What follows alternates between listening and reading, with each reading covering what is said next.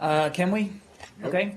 On Russia, yesterday, the Russian Ministry of Foreign Affairs spokesperson gave a lengthy and detailed account of a June 6th incident outside the Moscow embassy that was first reported Wednesday in the Washington Post. According to the Russian Foreign Ministry, on the record, on that night, a U.S. diplomat emerged from a taxi late at night and a low cap pulled down over his face, rushed to the checkpoint, refused to show his credentials, hit the sentry in the face with his elbow, pushed the security guard, and fled into the embassy. Is that the State Department's understanding of the events of that night, or do you dispute the official Russian account? Josh, I'm not able to speak to the specifics of any particular incident, but I can say that we continue to be very troubled by the way our employees have been treated over the past couple of years. And I can tell you that we've raised those concerns at the highest levels, including to President Putin.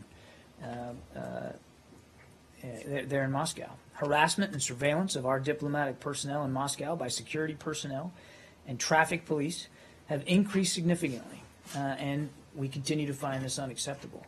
I've also seen these comments made by Russian officials, which are factually inaccurate, and Moscow knows that all too well. However, we're not interested, the United States is not interested in having a public debate on the issue. We believe that this is best handled in private, government-to-government discussions. That's how we're going to continue to do this. We've raised, as I said, our serious concerns all the way up to the highest levels of the Russian government. And the last thing I'd say is the Secretary takes extremely seriously our responsibility to look after the safety and well-being of our personnel overseas, wherever they are. We're going to continue to do exactly that, and we're going to continue to make known our concerns. Yeah, I want to make sure we're not conflating two different stories here. On Monday, the Washington Post reported increased harassment and intimidation of U.S. diplomats in Moscow, right? That seems to be what you're responding to in that statement. On Wednesday, the Washington Post reported that a specific incident was a violent attack from an FSB guard in front of the embassy against a U.S. diplomat. So I understand your comments about the overall level of harassment, but are you saying, when you say that the Russian media, Russian Foreign Ministry is inaccurate, are you saying that they are inaccurate about this incident, which is separate and distinct and unique?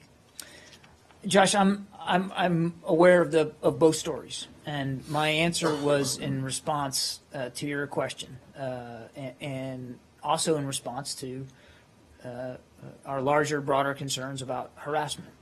So I mean, I'm just not going to get into talking about specific incidents.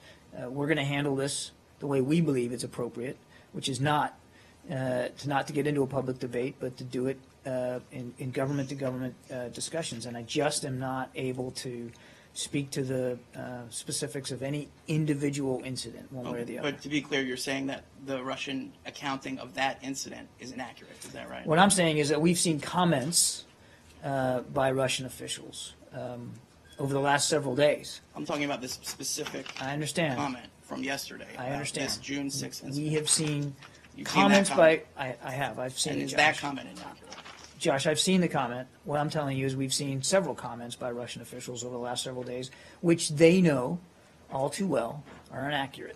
Well, let me just follow up, Matt, if you'll allow me. Yeah. Thank you. The Russian Foreign Ministry also said that there is a video of the incident that they've handed to the State Department that is in your possession. Is that correct? We're aware of a video, yes. Will you release that video? I know of no plans to release that video. The Russian Foreign Ministry said that the diplomat is a known CIA agent who is disguised and returning from an intelligence operation. Is that correct? I'm just not going to go into more delight about these incidents. Okay. The Russian Foreign Ministry further says that the State Department leaked the story to the Washington Post in a deliberate effort to spoil bilateral relations. Is that correct? You tell me. I can tell you that is not correct. There you go. Also, it is they said that the American diplomats themselves requested that the U.S.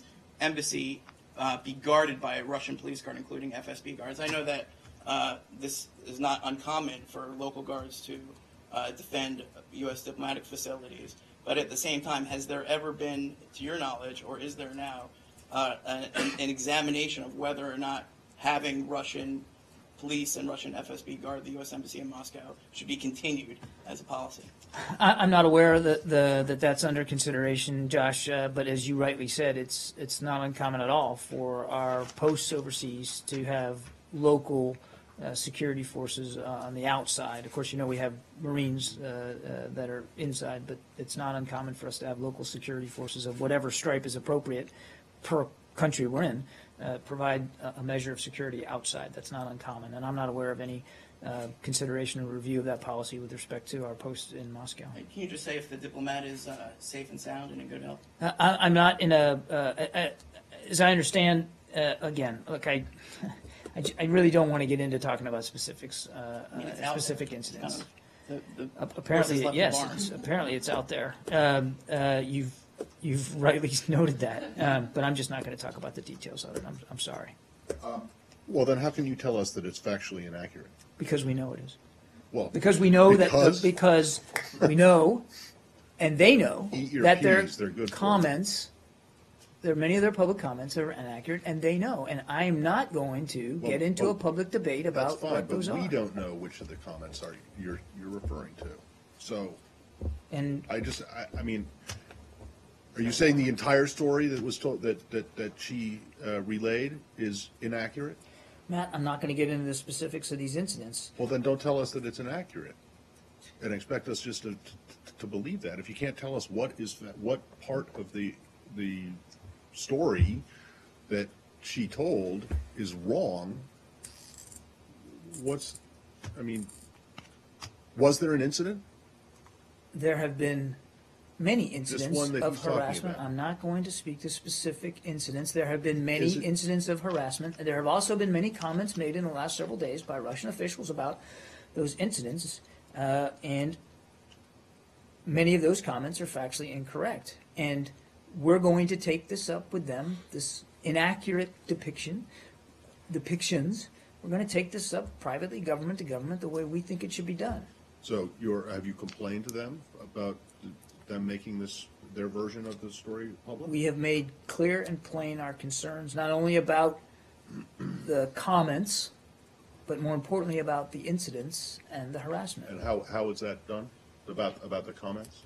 Well, did you call her up and say, "Hey, we don't like this"? I don't have any calls with my Russian counterpart to read out to you, if that's what you're asking. But how again, is your displeasure we have many ways in which we can convey our concerns and displeasure over this issue with Russian authorities. Many levels and many ways to do that. As part of the broader issue, getting away from this one incident, which you will confirm happened, the Russians have complained that the United States is involved in similar behavior, harassment, and surveillance. Are you saying that that's incorrect? That you don't have people following Russian diplomats here in New York or at consulates that you suspect are up to that are not involved in activities compatible with their diplomatic status? Russian claims of harassment by the United States are without foundation. Right. Well, you said that's harassment, but what about surveillance? All accredited diplomats and consular personnel serving in the United States enjoy the protections afforded by international law, including the applicable Vienna Conventions and bilateral agreements. Does that mean that no accredited Russian diplomat is ever followed, surveilled? Russian claims of harassment are without foundation. Everybody is treated with the proper international law protections. Yes, ma'am.